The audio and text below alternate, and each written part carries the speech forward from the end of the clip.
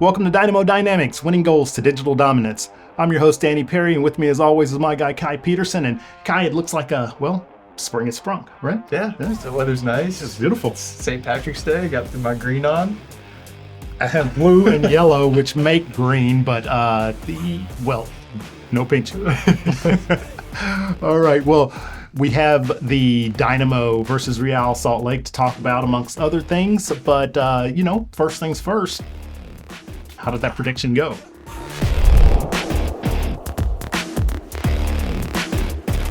Prediction 3-1 was incorrect.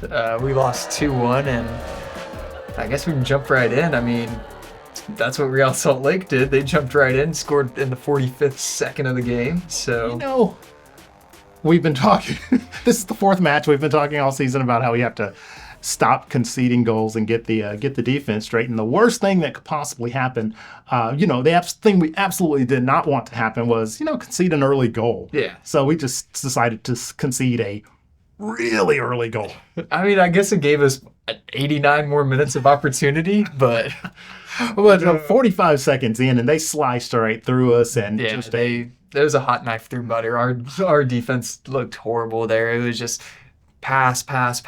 They broke through every defender and midfielder, and they passed it in the net too. It really wasn't even close. Nah, it was. It was beautiful. If you were a Real Salt Lake fan, it was gorgeous. I'm sure they were, very, very excited, but not good for the Dynamo, and that's a worrying sign to that. But we still haven't really not fixed it, but just put a Band-Aid on it. Even it seems, but to our credit, even though we lost 2-1, we looked pretty good overall. Yeah. I mean, the attacking threat was there.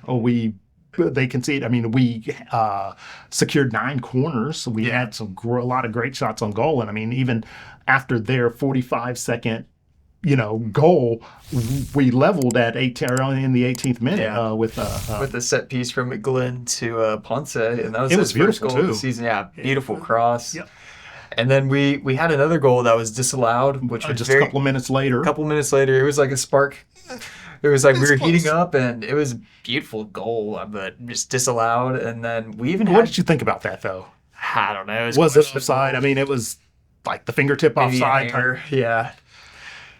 That was frustrating because that would have been the momentum, no doubt about it. And Bassi just slotted that thing in perfectly. It was beautiful, and to take all of that away, that it hurts. Yeah, we did have 2 other opportunities where Ponce had a header at goal. If he put it on target, most likely would have been a goal. I don't know how he missed. I'm not sure why you're bringing that up. That was really ugly, man. Yeah, but that was another opportunity that hopefully in the next upcoming games that can be put away. Well, it shows that the attack is there. I mean, you had mentioned earlier today, Bartlow had a really great chance as well that he kind of missed. Yeah. And they were, but the Ponce one, like you said, it was easier. It was harder to miss that one than to make it, and but he missed it, and that we ended up paying the price, conceded right before the half, and 2-1 at that point in time. And I mean, what can you do? I guess like the second half, we ramped it up a little bit. At the end of the game, you could see there were a few more attacks, but they were just kind of out of desperation. But we still had opportunities, which is good. We just need to have that last touch. Yeah. Everything in the attack seems to be moving in the way that we want it to, meaning they're getting forward, they're controlling possession, they're getting shots in the area. They're just not connecting. Yeah. And so at some point, you have to say law of averages. At some point, it's going to connect. Those shots are going to start going. They're overdue. But we're also overdue to stop conceding 2 goals per game. Yeah. We did see Tarbell get subbed off. I'm not 100% sure on why. Maybe he was discomfort or something, but still, I mean. I don't know if that's worrying or if it needs to happen. I also don't even think that he's the problem. I think he's a lot of the first goal that he conceded unsavable. Yeah. I mean, not unsavable, but very difficult to save. The percentage is definitely in the attacker's hand there. And then the second goal that was conceded was, I don't think any goalkeepers are saving that. No, that was that. They called it a cross into the box. That I cannot remember their striker's name, but that was not a cross. That was a shot that their striker ran just head first into, and like you said, it came off his head. It just flew off his head. It was unstoppable. That one was definitely unstoppable. But Savchenko, I think, is just like we're missing Mikhail. He was the heart of the defense last year. Not having his partner in there for most of this year, except for with the exception of one half of one game, I think that's really hurting them. Those two young guys, they're young and they're learning. They're athletic. They have good speed. They're strong, but no experience. Yeah, basically no experience, and it's kind of showing. It's showing a little bit. It's definitely showing. So we got to quit conceding goals, and as much as I always tell you how much I dislike the international breaks, I'm really, really happy that we have an international break right now.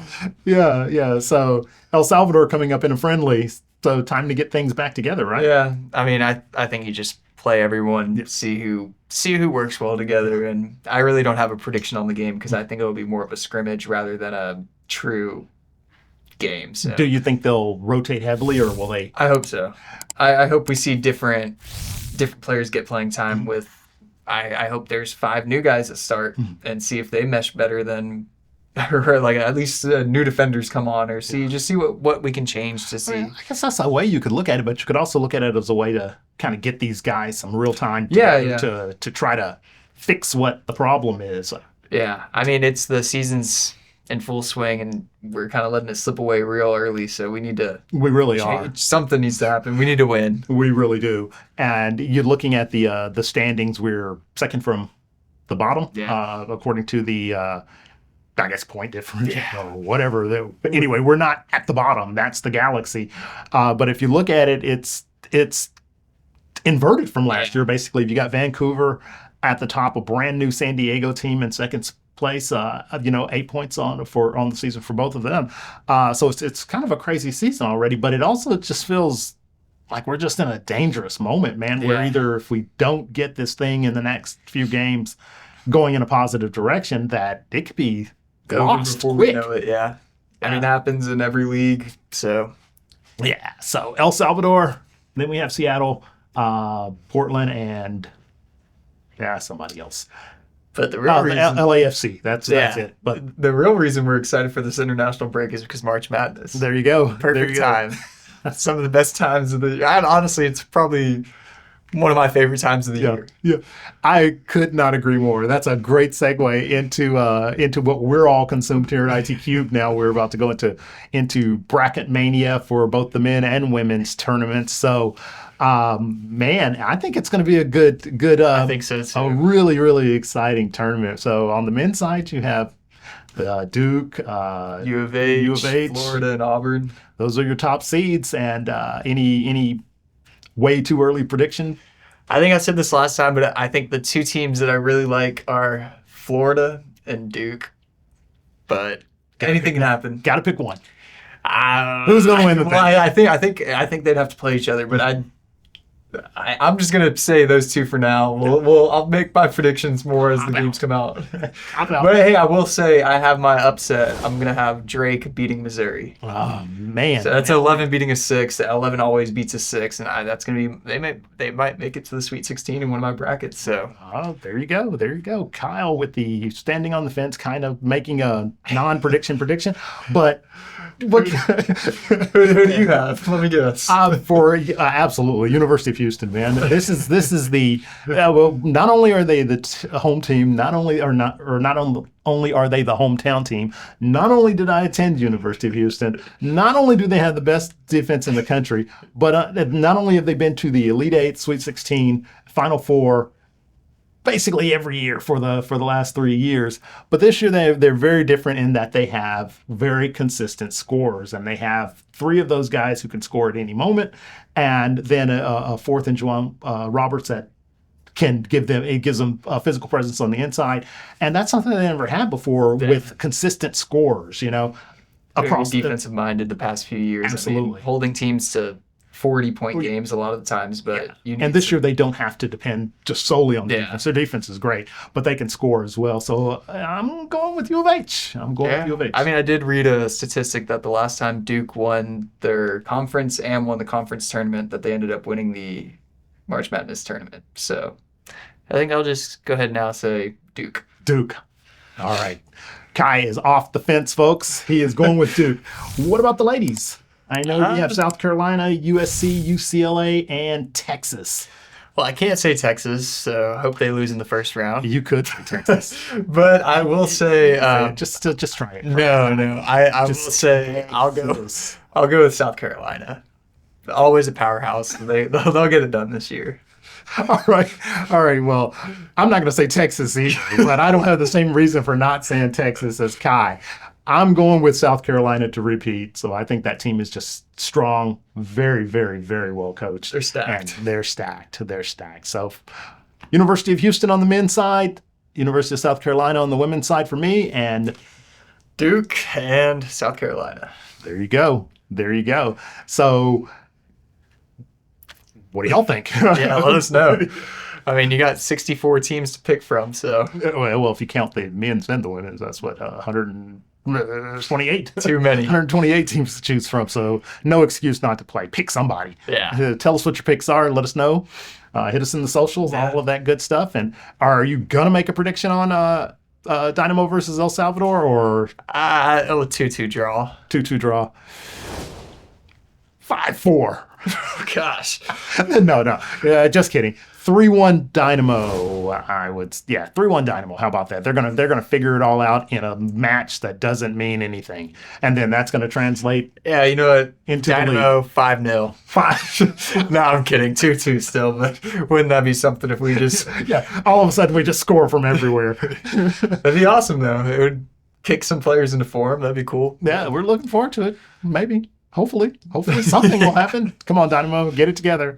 But get the defense together. The attack seems to be progressing well. Just the opposite of last year yet again. Yeah. So, all right, folks. But anything else you want to talk about today in our last minute or so? I think that's it. Just let us know your predictions for this week. I'd say give us your predictions for March Madness, and then we'll ramp back up into the football world the following week, because I think Champions League is coming back on in 2 weeks. So there you go. Let us know. Sports overload. At least we can focus just on March Madness for 1 week, right? Yeah. There you go. Y'all think about us. Thoughts and prayers, please. Overload. All right, folks. Thanks for joining us. So we'll see you next week on Dynamo Dynamics. Appreciate you joining.